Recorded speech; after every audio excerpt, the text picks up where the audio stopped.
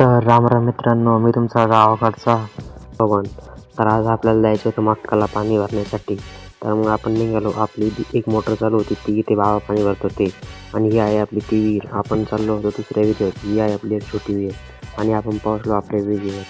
तर आपल्याला इथली मोटर चालू करायची होती, पण इथे पाणी निघत होतं. त्यामुळे आपण पलीकडचा कॉक थोडा चालू करून इथे विहीर काढून घेतला.